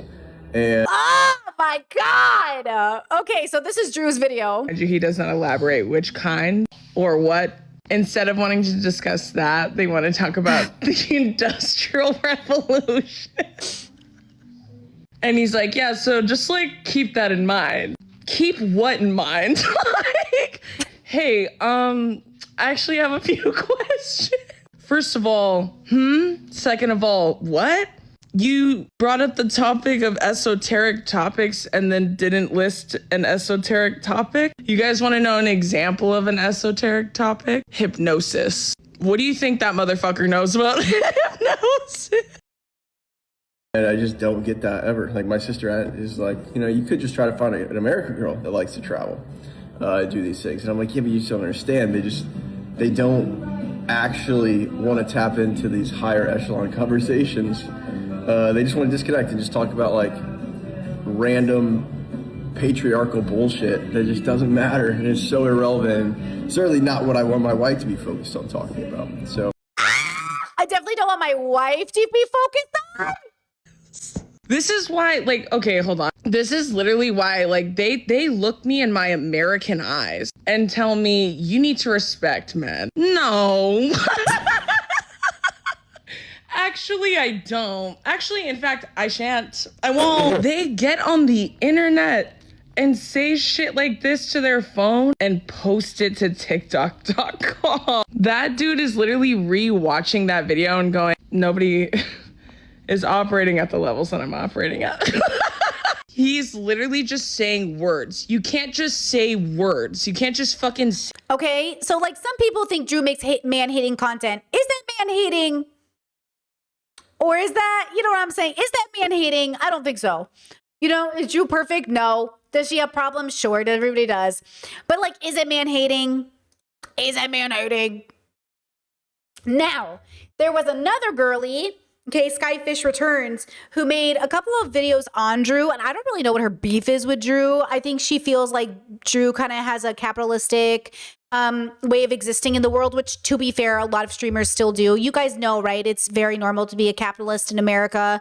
It's very rare for people to actually be anti-capitalist, right? I wasn't really anti-capitalist until, like, honestly, the last few years. I mean, you know what, it's a very hard thing to deconstruct from, because it's, you know, you think liberation is money. How do I make money if I'm not anti-capitalist? And you have to do a lot of work to figure it out, especially in a world where Drew is a New York Times bestselling author and she's a very famous TikToker and she's going to award shows. And like, so it's a lot to deconstruct. But look at this video here, and I want to just talk about it really fast. It says, I'm a little confused about Drew being in the mix. This is from a commenter. You don't need to see the original TikTok. I have it, but you just watch this. Little critical thinking. So here's your critical thinking hat. Let's get into it. Basically, I consider Drew Afwalo to be a grifter in exactly the same way I consider Alex Cooper to be a grifter. Because even though they have deliberately positioned themselves within leftist or progressive political spaces. Pause. Okay, Alex Cooper is not a leftist because she's not an anti-capitalist, right? She's not even really an anti-racist. She's really just, I don't know what she is. But Alex Cooper, I actually did a documentary of Alex Cooper's Call Her Daddy. And I reviewed her content. I said, look, it's for somebody, but the truth is like, it's very capitalistic. Nobody becomes the #1 best-selling or the #1 podcast for women and isn't a capitalist. We'll talk about capitalism in a second, how it all plays a role in this. But I think that issue is like, I don't know that about Drew, but I wouldn't be surprised if Drew's still pretty pro-capitalism in a sense. But yeah, the girl boss narratives need to be deconstructed. All of this stuff needs to be deconstructed. But I do want to say that I think it's important that we focus on being anti-capitalistic. And that means the way you run your business has to take that into consideration. I also am confused, I guess, about what it means to be anti-capitalistic and then engage in certain levels of capitalism in ways that feel like it's anti the system but isn't. But okay, we'll get into that in a second. Is holding down ideas of female empowerment. Oh, but I will just say, calling Drew a grifter is really fucked up. Because like, Drew, a grifter? No, I don't think any of these girls are grifters. I don't think Lisa's a grifter or Mel's a grifter or Drew's a grifter. Like, I do not think they're grifters. Like, I do not know where this woman is coming off, calling Drew Afwalo a grifter. A grifter? You don't think Drew is in any way actually espousing something she believes in? And body positivity and women's rights, vocal support for trans people, which is increasingly like some way, somehow a difficult position to hold. The problem I run into with their content actually circles back to a song by Bo Burnham where he talks about the inventor of rape whistles starting the company with good intentions, trying to reduce the rate of rape, but if the rate declines, you'll see an equal decline in whistle sales. So now all of a sudden, someone who came out very vocally positioning themselves against a big cultural issue is entirely dependent on the continuation of that cultural issue for their empire to remain. I want you to think about content strategy in this way. If the gender war ended tomorrow, Drew Afwalo's entire platform evaporates. Her Pause. It's not going to end. But it's not going to end. You think patriarchy is going to be solved in the next 2,000 years? Drew's got a job for the rest of her life. That's what I'm saying. Like, it doesn't make sense. You guys can't say that. Be fucking real. That's like saying people who fight racism are going to lose their jobs because if we solve racism, there won't be anything to fight against. Racism is not going to end in our lifetime. None of these things are going to end in our lifetime. There's nothing we can do in our lifetime that will ever change it. All of us will be dead. Dead. We will be dust, worm food, and our kids will still be fighting it. So no, like this isn't analogous. It's not the same thing. It is not a conflict of interest. It is ridiculous. It's a ridiculous idea that Drew is grifting because if patriarchy dismantled and gender wars were over, she would lose her job. So she actually wants it to continue. Girlies, please fucking get real. Get real. Cultural significance loses value.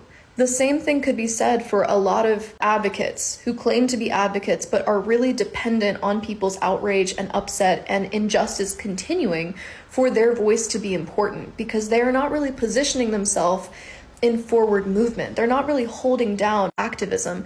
They are just engagement farming and rage baiting based on issues that they perpetuate with their content. Drew Afwalo's job is not to solve body positivity. It's not to get women rights. It's not to protect or uplift trans people. It is to constantly affirm that those issues still exist and you should be angry about them and you should trust her to be the loudest and angriest about it while also making it a joke. That is grifting, necessarily because you are not trying to get society to progress. You are profiting off its regressions.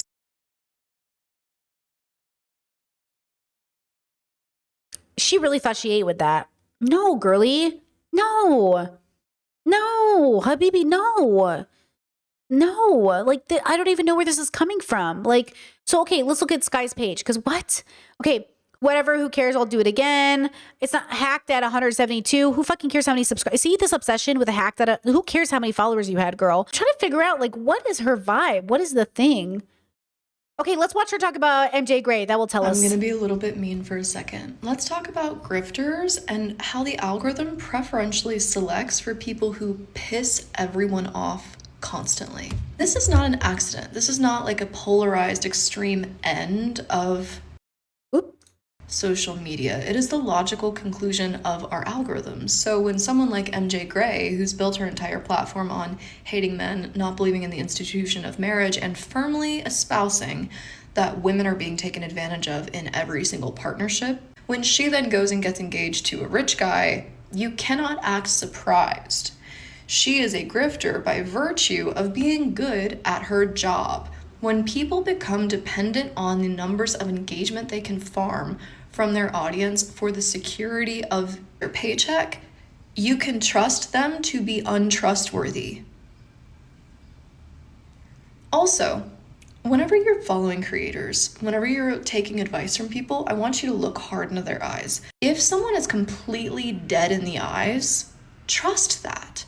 Trust that that's how they see the world. MJ Gray specifically, though she is one of many, oscillates through anger, victimhood, bluntness, irritation, and smugness. I don't know what's happening. This doesn't feel good to me. It feels like I could say the same thing about you. You have a monotone voice. You got dead eyes. Like you're doing pretty good in my algorithm. You showed up in my algorithm because of MJ Gray. You might be one of them. You know what I mean? Like, it doesn't make sense. Humans are humans everywhere. Everyone has a reason to say, you know, oh, this person's grifting. This person's grifting. I don't think MJ's grifting.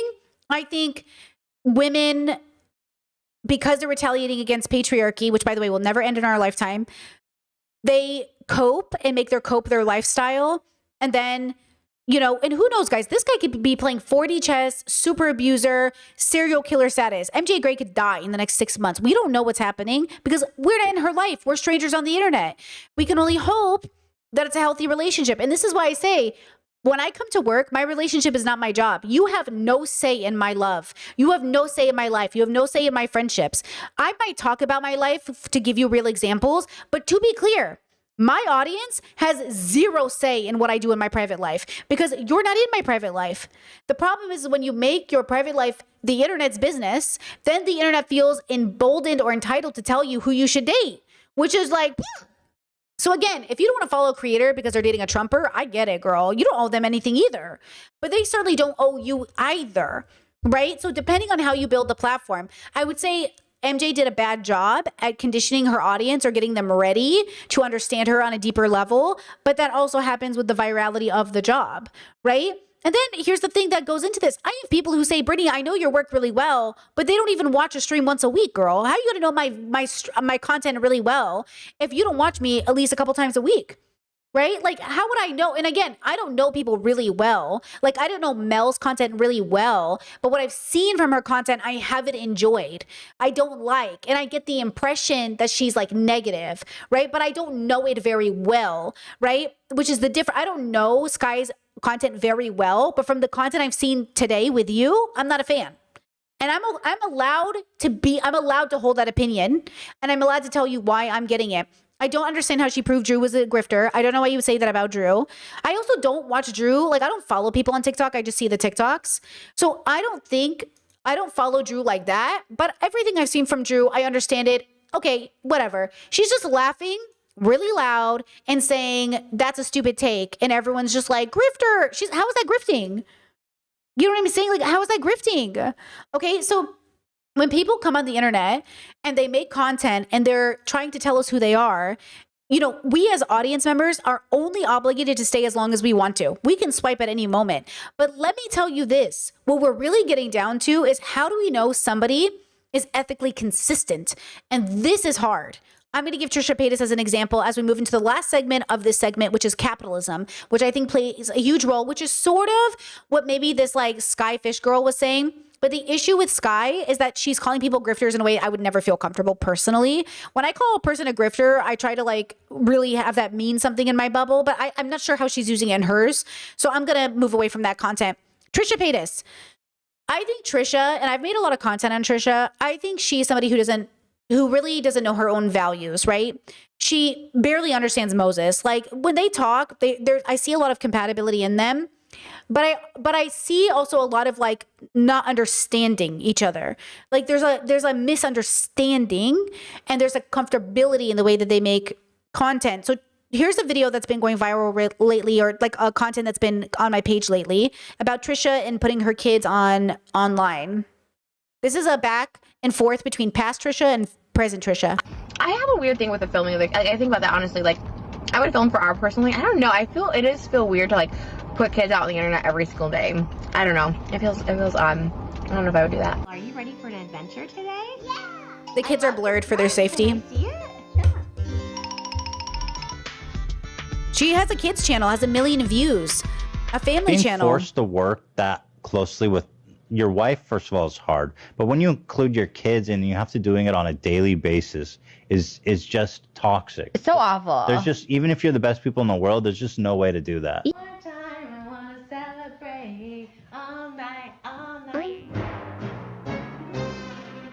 So you think the kids are getting a cut of all that money? No, I mean I guess they're just getting the toys and the benefits. Families, that's their work and identity, is being the family online. Right. Which means the kids are working. And part of that from a young age, and they shouldn't be, they should just be kids and enjoy their life. 5, 6 years old, you know what I mean? And have the pressure of like, we're filming, we're doing this, we're doing that. You need to laugh now, you need to dance now, you need to... It isn't working. No, not working. Try it one more time. And the thing is, like, in traditional media, there's a lot of laws protecting kids. Yeah. But that doesn't exist in YouTube. That's what I'm saying is like they're being filmed. They probably film 24 hours a day and they're probably only using like little clips of it. But it's like, yes, those kids should not be being filmed because they are working and that's messed up. Okay, Ray. So why did Trisha do this? Why did people have so much faith that Trisha had changed and Trisha was a new person and Trisha was going to be so much better? And that's because Trisha at the end of the day is a capitalist. Trisha at the end of the day is a clout-driven creative.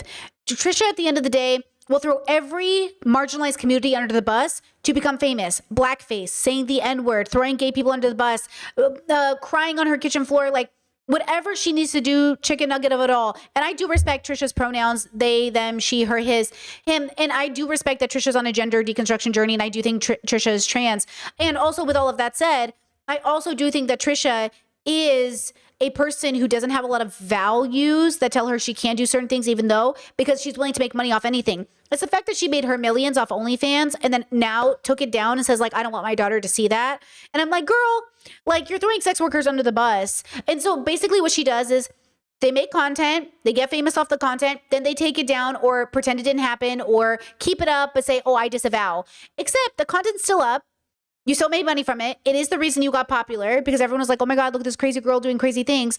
And then you still reap the benefits in your $1 million mansions. And that's the problem. It's like, so you didn't get any consequence. Like there was no, what did you do? Right. It was also during the whole, like, cause she's married to an Israeli, obviously. And so there's like, oh yeah, we support Israel. And he's like, no, we support people. And she's like, oh, we support people. Like they don't even know. Trisha doesn't even know what's going, you know what I mean? Okay.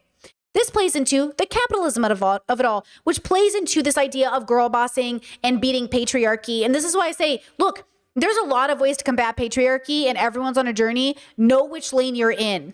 Because Financial Diet Chelsea Fagan recently did a video about Emma, and Emma is recently going viral because she's the 3-hour-a-day mom. The mom who, you know, interviews all of these celebrities, and she's, first of all, scammer.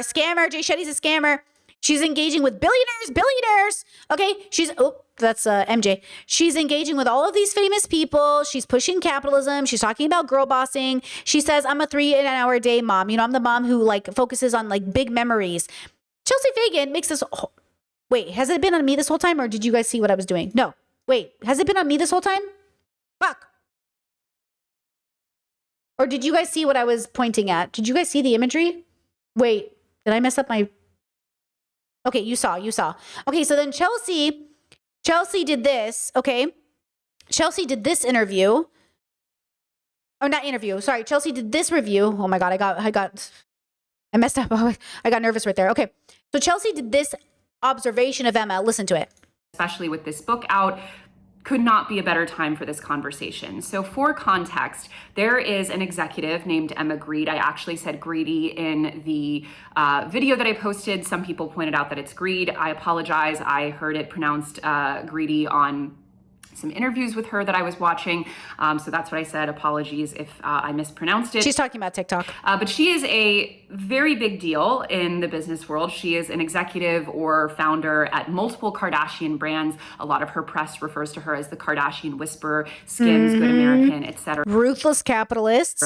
And she has a new book out this week called Start With Yourself that is kind of one in a long line of books by female executives that are sort of part memoir, part self-help, part just sort of general advice giving for especially women in the workplace who want to get ahead, who want to be in leadership positions, etc. All of this language is stuff I used to read about and want to be and stuff. And then I deconstructed capitalism and I was like, oh, I don't want to be a part of any of this. So anytime I hear these words, anytime I listen to it, I zone out. Because now I know all of this is bullshit. And the fact that Chelsea is still adjacent to that bubble is the problem. Now, this might be the conversation between leftists and liberals, but it's like, how do I run a business and raise money if also this? And this is the dilemma, right? This is truly like the hardest part of surviving in capitalism and also like adhering to your values. I don't know exactly the answer for everyone's situation, but I would say that the dilemma I had with this video is that Chelsea focused on the going back to the office statements that Emma made. I'll show it to you in a second. Instead of the capitalism of it all. And that confused me because Chelsea loves to say she's on the left, but I can see why Marxists say like your leftism has to start with anti-capitalism. I kind of understand why they say that. And I also would say that your leftism has to start with dismantling racism, capitalism, misogyny, patriarchy. Like your leftism has to incorporate anti-capitalist perspective, but that's deeply embodied. So when Chelsea, puts a post out and says, hey, I just bought a second house in France and I already have a house in New York and I'm going to make $220,000 this year. But oh gosh, I've been really poor for the last few years, guys. I've been making $75K only. You know what I mean? Like it sends a message that's very confusing for people when $75K a year, first of all, that's more than I make for the record, like on average. So, when she goes, oh, I wasn't making any money. I was making like $75K. I'm like, that's good money. You know what I mean? I get it's not a lot of money in terms of like 220,000, but like that's good money. You know what I mean? So and I live within my means and you know what I mean? So like when she sits there and goes, I'm only making 75K, but now I'm making 220, it sounds like she's not getting it. Like, how is that not, you know what I'm saying? The way these streamer boys like Hassan say they're anti-capitalism, but then he gets praised for never taking a day off and working 7 days a week, 10 hours a day. Do you know what I'm saying? Do you know what I'm saying? Do you know what I'm saying? How is this anti-capitalist? Now they're going to say, oh, it's anti-capitalist, the system, but my life is about surviving in capitalism. Okay, so then we're all doing that. And that's what Emma's doing, right? But I would say that's not the best. On her press tour, which has been huge, I mean, she's been on most of the major shows and has been getting a ton of media attention for this book. And I can totally see why, because she has chosen some, let's just say, more controversial talking points from her book to focus on in her media tour. For example, she is a mother of 4 children, and she refers to herself as a 3-hour mom, I believe, and talks a lot about sort of having more minimal but more impactful time with her children. That has been generating a lot of conversation. I want to be so clear here that I am not a mother, let alone a working mother. That is not really my wheelhouse, so I don't really have anything to say on that. Who knows how I would be? Certainly not for me to judge. But another major talking point from her book that she's been focusing on in her media tour, which is what I focus on in my video and I want to talk about here, is specifically remote work, working from home, being a career killer. Okay, that is the main focus of this video. That she has issues with Emma talking about working from home, not working from home, because Emma's thinking you're building a business, you want to network, you want to get back in the office. And Chelsea's saying, I run a business, they have a 4-day work week, we work basically remotely, it works. And I'm saying, how does Chelsea, a financial channel, not understand that the reason Emma is giving that suggestion is because Emma is a capitalist? How did this whole video not engage with that reality? That like, hello? Like, how did she not get that? And I just don't get it. Like, I don't get how she didn't process that information. And that's the stuff that makes me think, man, it doesn't matter how much of a girl boss you are. If you are not reading like the right philosophy, if you're not engaging the right philosophical perspectives, you are just going to shoot back right into making this kind of content, or making or hate content, or man hate content, or make it through capitalism content, or luxury haul content, or like, again, it's like, what are we doing here? Okay. There's this mom on TikTok who is a really like this woman has so many gadgets and gizmos of plenty in her house, and I'm like, over consumer level 1000. And people are always like, she's not an overconsumer. She's a mom. She needs all these things. She is an overconsumer. She is a capitalist. She is engaging in like sensationalizing having 17 different containers for all of the different fruits. Like, stop. All of this is bad, but it's not, when the world was burning down and pedophiles are in charge, it doesn't feel like that big of a deal. But that's why I say your cope cannot be your lifestyle. Your cope cannot be your lifestyle. Okay. And so you have to think about that. You have to think about just the reality that if your values are X, you must do Y. Okay? If your values are X, you must do Y. For example, so my salary at the Financial Diet in 2026 is $108,000 a year, which is already a pretty good salary.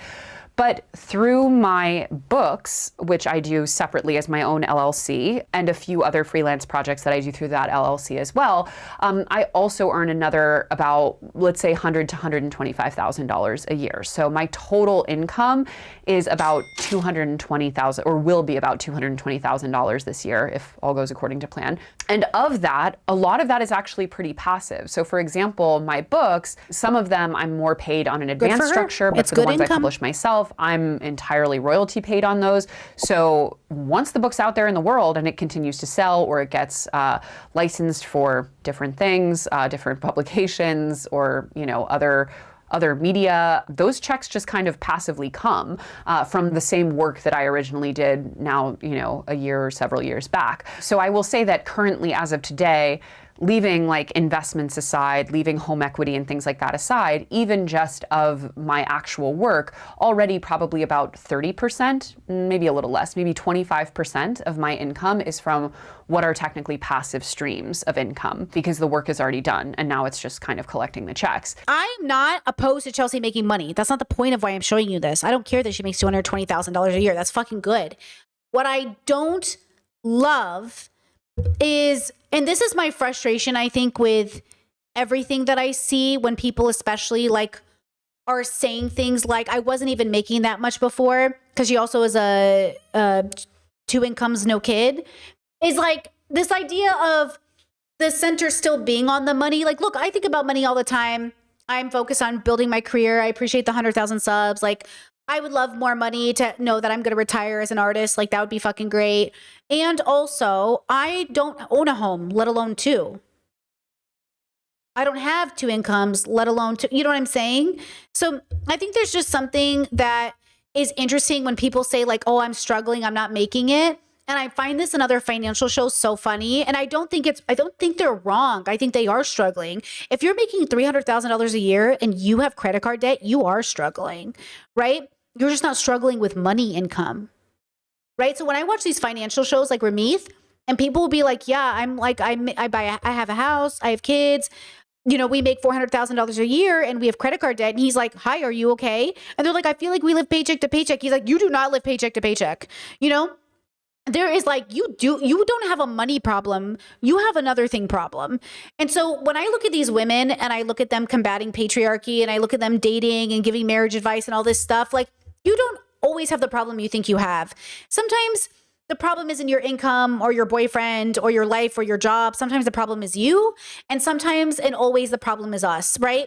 And so I think the dilemma is like, without blaming anybody, we should all as adults in the world be responsible for our life and the things that happen around us, right? Like, your life is a reflection of what you put into it. The world is a reflection of what we all put into it. Again, I mean this to be hopeful. You need to accept the world for what it is, and then we can talk about changing it. Because if you keep holding on to this version of the world that will never exist, it's like holding on to a boyfriend that will never change. You're not going to get anywhere. It doesn't make any sense. But we live in a world that tells you to settle. We live in a world every day that tells you to settle. And I'm saying, like, don't settle. live the life you want. Just recognize you have more options than the script the world has given you. Have the custom life you want. Just understand what you think you want, what you want. Like when I was younger and I watched Sex and the City, I used to think I wanted what Samantha Jones had, right? Lots of money, lots of fashion hauls, lots of, nice cars or nice travel or vacations. And now I'm like, I don't want any of that because it doesn't coincide with my values, right? Back in the day, I used to want like a farm and then I was going to like make my own beef jerky. Well, I'm plant-based now. So as I grow older and my values become more solidified, I just noticed that I need less and less material. I need more and more good, healthy relationships, which I have and I'm focusing on maintaining, right? The most important thing to me in my life right now is balance.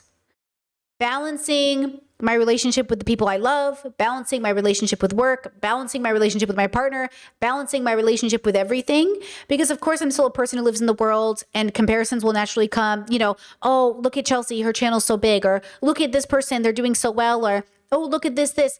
The comparison is normal. The idea is that I'm not defined by that comparison. I'm only in competition with myself. I do not see other women doing success as a negative. I'm happy for Chelsea. What I do question though is I wonder what her values are.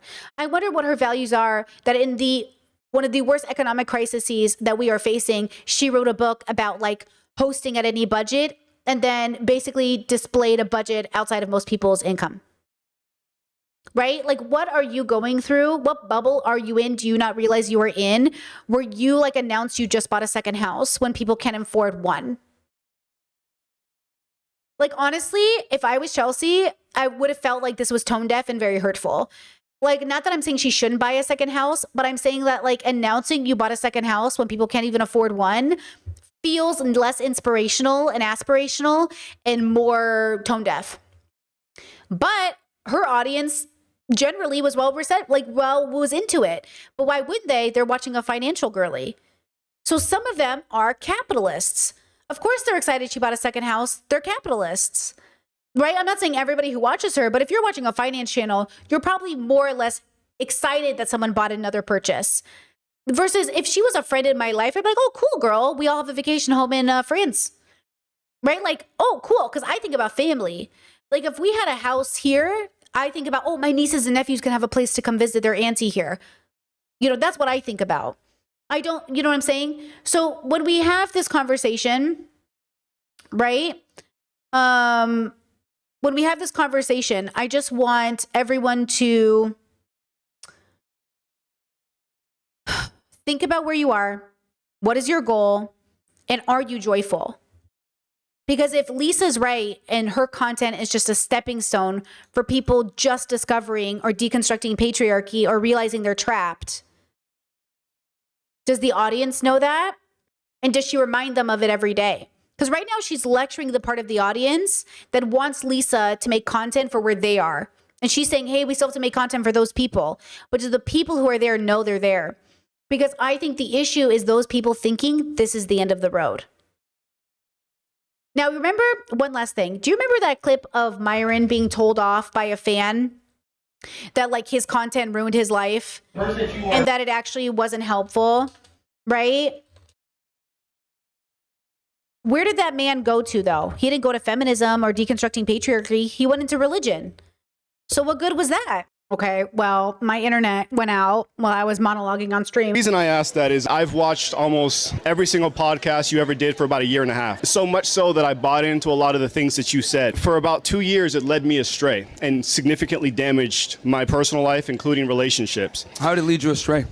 Well, you told me to go sleep with a bunch of women and date multiple women at the same time, which I did. And it significantly damaged my life. And it wasn't until I actually turned around and started listening to Jesus Christ that I was saved. Now I'm happily married. I